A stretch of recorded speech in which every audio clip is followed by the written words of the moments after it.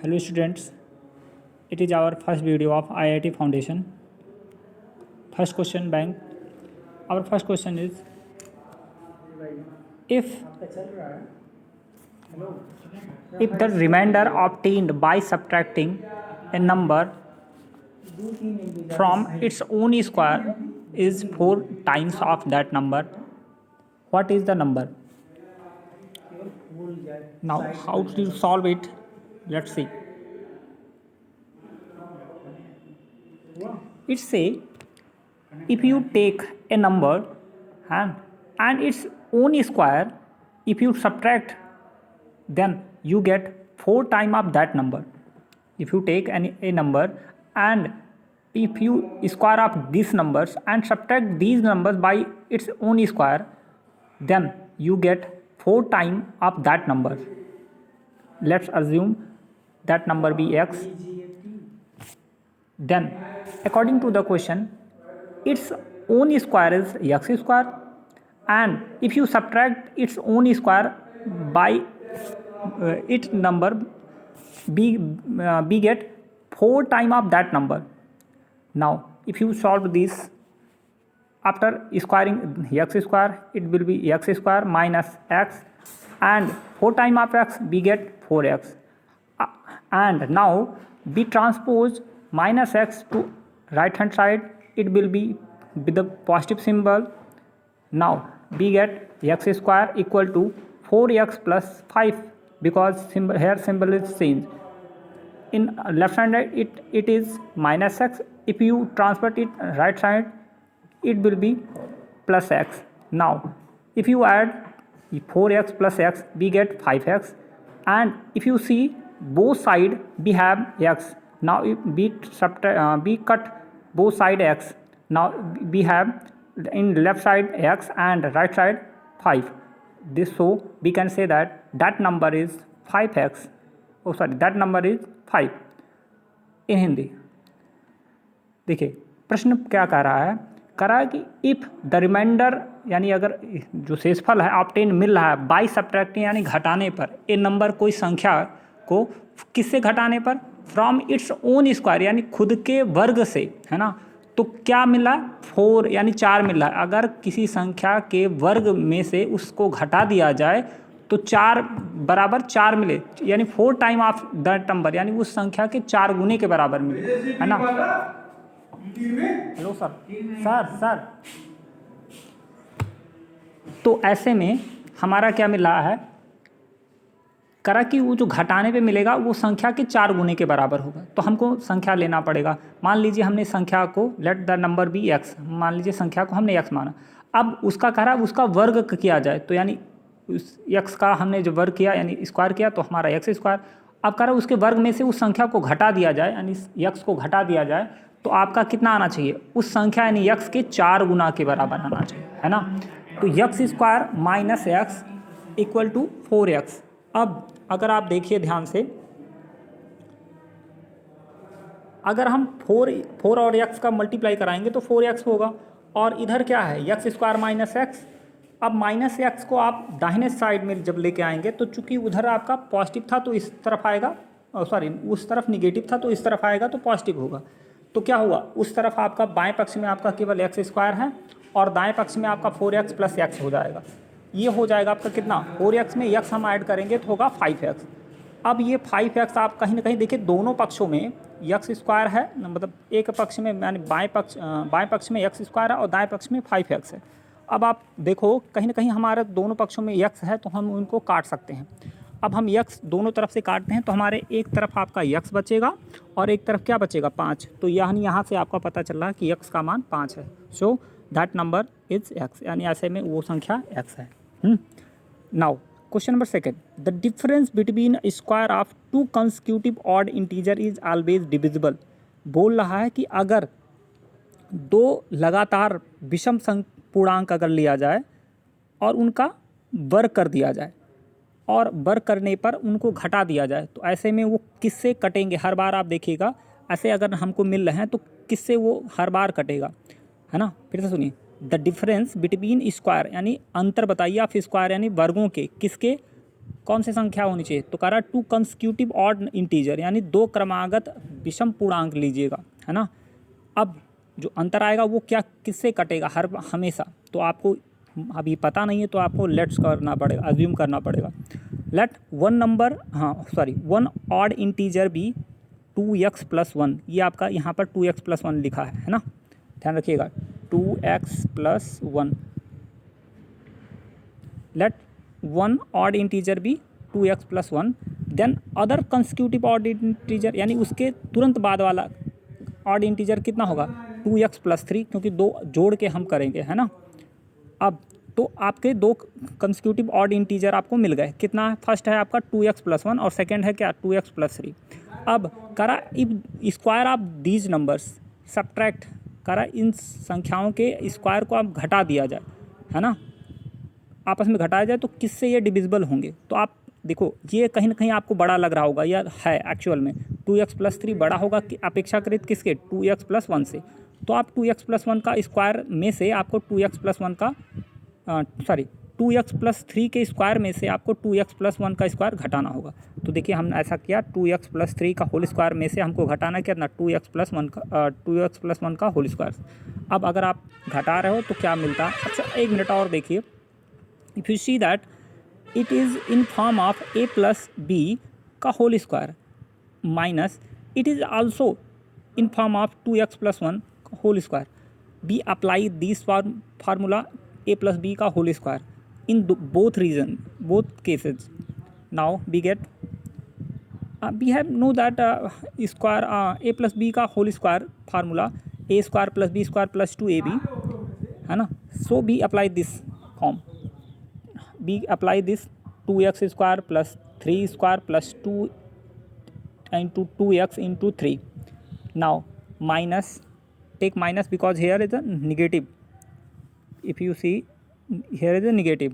Now we apply here in other brackets, we apply same formula a² + b² + b² + 2ab. Here is a 2x 2 into 2x into 1, यहाँ पर 2 + 2 into 2x और into 1 है ना, यानी 2 गुणे 2x और गुणे 1 है ना। अब इसको थोड़ा सा हम इसको ब्रैकेट्स में पहले सॉल्व कर लेंगे। Now if you solve this it will be 2x square will be change in 4x²। अगर हम 2x का वर्ग करें तो हमारा हो जाएगा 4x² प्लस 1 को हम स्क्वायर करेंगे 1 होगा, और इसका हम जब प्रोडक्ट करेंगे यानी 2 into 2x into 1 we get 4x। Now if, अब अगर आप देखिए ध्यान से, इसके आगे कोई आपका कोष्टक था नहीं, या यहाँ पर आपका पॉजिटिव सिंबल है तो ये सब वैसे वैसे लिखे जाएंगे, है ना। लेकिन इसके आगे क्या है, इसके आगे देखिए सिंबल माइनस का, तो अंदर वाले कोष्टक चेंज होंगे, मतलब अंदर वाले जो सिंबल हैं वो चेंज होंगे। अगर प्लस है तो माइनस होगा, माइनस है तो प्लस होगा। So if you see that it is plus, so it will be negative. अगर इसको देखिए आप ध्यान से देखिए तो प्लस का सिंबल है तो वो हो जाएगा किस में, अब देखिए हमने बाद में इसको लिखा तो माइनस में हो गया, और 4x पॉजिटिव था तो अब वो कितना हो गया निगेटिव हो गया -4x। Now if you see that 4 + 4x² -4x cut here because boths are equal values and both symbol are change different, so we cut it. अब देखिए लाइक टर्म को एक साथ रखेंगे, यानी 12x को और 4x को एक साथ रखेंगे, है ना, और 9 को और 1 को एक साथ रखेंगे क्योंकि ये कांस्टेंट है। अब 12x को में से आपका 4x घटाएगा तो 8x होगा, और 9 में से 1 घटाएगा तो कितना होगा 8 होगा। अब कहीं ना कहीं दोनों में से हम 8 कॉमन कर सकते हैं, तो यहाँ से आप कॉमन करेगा तो होगा x, और यहाँ से कॉमन पूरा करेगा तो 1 होगा। सो आप देखिए 8 कॉमन के रूप में हो गया और ये अंदर हो गया, तो कहीं ना कहीं वो सब के सब नंबर कहीं ना यहीं से आपको इंडिकेट कर रहा है क्या 8 से कटेगा। So we can say that it should be always divisible by 8. So solve hence proof. Now next question, third question, a number when divided by 296, if you take a number when divided by 296 leaves 75 as a remainder। कहने का मतलब है जब किसी संख्या में हम 296 का भाग दिलाते हैं, किसका भाग दिला रहे हैं 296, तो ऐसे में 75 शेष आ जा रहा है, यानी पूरा कट नहीं रहा, 75 शेष पर आ रहा है। और इफ़ नेक्स्ट बोला क्या, if the same number is divided by 37 अगर उसी संख्या में हम 37 से भाग दिलाएं, किससे भाग दिलाएं? 37 से। द रिमाइंडर ऑब्टेन, तो ऐसे में रिमाइंडर क्या मिलेगा? Let's we have no idea about that number, यानी हमारे पास कोई मतलब पता नहीं कि कितना वो संख्या है, कौन सी संख्या जिसमें हम भाग दिलाने वाले हैं या दिलाएंगे, तो हमको पता नहीं, तो हमको अज्यूम करना पड़ेगा या सपोज करना पड़ेगा। Let's that number be P. अब हमने मान लीजिए वो संख्या पी है, माना वो संख्या पी है, तो अब पी में हमको भाग दिलाना किससे? भाई पहले 296 से भाग दिलाएं, है ना।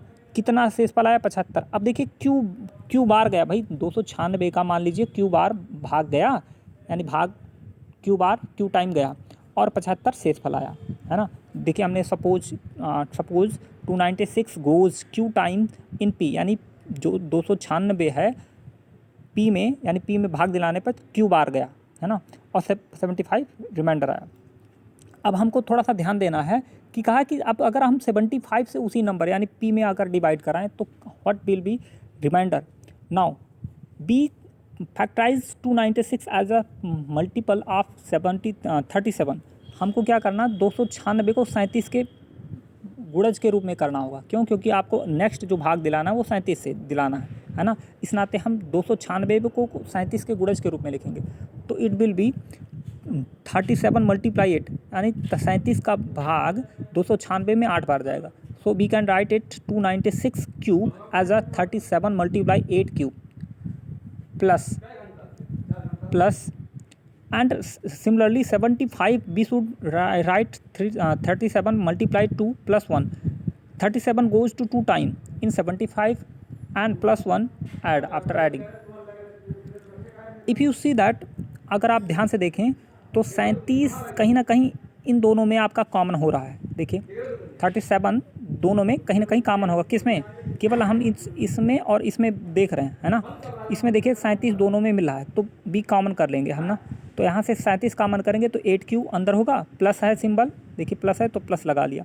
और यहाँ से जब 37 कॉमन होगा तो केवल 2 बचेगा और प्लस 1 को अकेला रहने दीजिए, है ना। अब आप देखिए कहीं ना कहीं भाग 37 से भाग दिलाया जाए पी में अगर आप भाग 37 का भाग दिलाएं तो कितना रिमाइंडर आ रहा है? 1। So our answer is required answer is 1।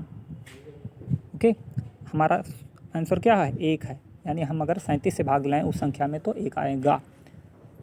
Now next question, in number when divided by 5 leaves 3 as a reminder. कह रहा है कोई संख्या में हम अगर 5 से भाग दिलाते हैं तो 3 शेषफल आएगा as a reminder. If the square of the same number, अगर आप उसी संख्या का वर्ग करते हैं, है ना, इस डिवाइडेड बाय 5 और उसको आप 5 से भाग दिलाएंगे तो कह रहा कि द रिमाइंडर ऑब्टेन्ड इज, तो बताओ कि वो शेषफल कितना आएगा। Now suppose that number be x. अब हमको पता नहीं कि वो संख्या है क्या, है ना। Suppose that number be x. Now x equal to 5Q plus 3। अगर आप मान लीजिए यक्स में आपको भाग दिलाना किससे? 5 से, तो मान लीजिए क्यू बार गया वो भाग और आपसे बोला कि 3 शेषफल आया, यानी 5Q प्लस 3 हो गया। अब हमको चूँकि भाई हमको पता नहीं कितनी बार गया था, तो हमने मान लिया था let 5 goes to Q time in P, sorry x. मान लीजिए कि यक्स में 3 क्यू बार गया और 3 शेषफल आया। अब कह रहा ऑन स्क्वायरिंग, अगर इसी संख्या का हम वर्ग कर दें और फिर 5 से भाग लें तो कितना शेषफल आएगा। तो अब आप क्या करेंगे? इधर आप स्क्वायर करेंगे नंबर का, तो अब जब इधर स्क्वायर करेंगे तो कहीं ना कहीं आपको इधर भी तो करना पड़ेगा, यानी लेफ्ट साइड में अगर आप स्क्वायर करेंगे तो राइट साइड में भी स्क्वायर करेंगे। So on squaring in the both side, है ना, तो यानी दोनों पक्षों का आपको वर्ग करना पड़ेगा। देखिए हमने लिखा ऑन स्क्वायरिंग बोथ साइड। अब यक्स का भी स्क्वायर करेगा तो यक्स स्क्वायर, अब इधर का करोगे तो कहीं ना कहीं यक्स 5Q प्लस 3 का होल स्क्वायर लिखोगे। अब यहाँ पर कहीं ना कहीं A प्लस बी का होल स्क्वायर का फार्मूला चलेगा ना, तो क्या होगा? A स्क्वायर यानी 5 का स्क्वायर, 5Q का स्क्वायर प्लस B बोले तो 3 का स्क्वायर प्लस 2AB यानी 2 into 5Q into 3। Now if you square of 5Q we get 25Q square plus square of 3 we get 9 and after protecting 2, 5 and 3 we get 30Q. now in rearrange हम सही क्रम में इनको रखेंगे। 25Q square plus 30Q plus 9 इकट्ठा करिए आप, मतलब एक सही सीक्वेंस में। और कहीं ना कहीं थोड़ा देखिए इन सब में 5 का कॉमन करिए, मतलब कहने के 5 के फैक्टर के रूप में लिख लीजिए। किसको? 25 को, 30 को और 9 को। तो अगर देखिए 25 को हम 5 इंटू 5 लिख सकते हैं, 30 को क्या लिख सकते हैं 5 इंटू 6 लिख सकते हैं, और 9 को क्या लिख सकते हैं 5 इंटू 1 प्लस 4। लेकिन यहाँ पर आपका दिखाई नहीं पड़ रहा है, यहाँ देखिए, है ना। 9 को हम क्या लिख सकते हैं, 9 को हम कहेंगे 5 इंटू 1 यानी 5 गुणे 1 और प्लस 4। भाई 5 4 9 तब तो होगा, यानी 5 का पहाड़ा 9 में एक बार जाएगा और 4 शेषफल आएगा। फिर सुनिए, अब अगर इन सब में देखिए इतने में, है ना, इन सब में आप देखें तो आपका कहीं ना कहीं 5 कॉमन हो सकता है। तो 5 कॉमन होगा तो यहाँ से बचेगा 5 क्यू, यहाँ से 5 कॉमन होगा तो 6 क्यू बचेगा, और यहाँ से कॉमन होगा 5 तो 1 बचेगा, और प्लस 4 आपका बाहर है। सो इफ बी, देखो अब 5 के से अगर आप एक्स स्क्वायर में यानी उसके वर्ग में भाग दिला रहे हो, तो 5 से अगर भाग दिला रहे हो तो कितना शेषफल आ रहा है 4। सो रिमाइंडर इज 4। नेक्स्ट क्वेश्चन कह रहा when n is divided by 4, अगर कह रहा है n को हम 4 से डिवाइड कराएं, द रिमाइंडर इज 3, तो ऐसे में 3 शेषफल आ रहा है। व्हाट इज़ द रिमाइंडर, तो ऐसे में पूछा what is the reminder when 2n is divided by 4। अगर मान लीजिए हम 2n से हम उसमें भाग दिला रहे हैं, है ना, 2n में अगर हम 4 से भाग दिलाना तब क्या आएगा। तो देखिए, अगर हमको पता नहीं कि वो संख्या मतलब कितना क्या शेषफल आएगा, तो हम देखो आपको नंबर दिया था, कितना दिया था n, कह रहा कि अगर 4 से n में भाग दिलाते हैं तो 3 शेषफल आ रहा है। तो हम मान लीजिए q टाइम गया था, वो मान लीजिए let 4 goes to q time in n में 4 का भाग q बार गया था, तो यानी क्या हो गया n equal to 4q plus 3। अब क्या करिए, दोनों पक्षों में देखो आपको क्या था, अभी तो n था तो रिमाइंडर 3 आ रहा था। अब कह रहा अगर वो हमारा 2n हो जाए, अब यहाँ 2n कब होगा, जब हम 2 से मल्टीप्लाई कराएंगे तब ना। तो 2 से मल्टीप्लाई इधर कराओगे तो आपको इधर भी तो कराना होगा, इधर मल्टीप्लाई कराओगे तो इधर भी कराना होगा। So be on multiplying by 2 in both side, तो हमको दोनों पक्षों में गुणा कराना होगा। तो अब इधर हम 2 का मल्टीप्लाई कराए तो 2n हुआ, और इधर भी 2 का मल्टीप्लाई कराएंगे। अब 2 का जैसे ही अंदर गुणा कराए तो यानी हो गया 8q, और इसका इनसे 2 से कराए तो यानी 6 हो गया, यानी 2n equal to 8q plus 6। अब 2n का, अब देखो 4 से आपको डिवाइड कराना है ना, तो क्या करिए 8 को क्या लिख सकते हो, आपको लिखोगे 4 इंटू 2q, और 6 को क्या लिख सकते हो, कहीं ना कहीं 4 4 एक कम 4 और प्लस 1 प्लस 2, क्योंकि 4 का पहाड़ा 6 में एक बार जाएगा और 2 शेषफल आएगा, मतलब 2 बच जाएगा, है ना। अब इन दोनों में से देखिए, इस पूरे में से 4 कॉमन कर लीजिए, तो यहाँ से आपका 2q बचेगा और यहाँ से केवल 1 बचेगा, है ना। एक बाहर देखिए 4 हो गया, और सबसे बाहर आपका जो लास्ट में 2 था वो अलग रखिए। अब आप देखिए 2n में अगर 4 से हम डिवाइड कराते हैं तो 2q प्लस 1 बार जाएगा और 2 शेषफल आएगा। So our reminder is 2। In this video it is enough. अगले वीडियो में हम मिलते हैं।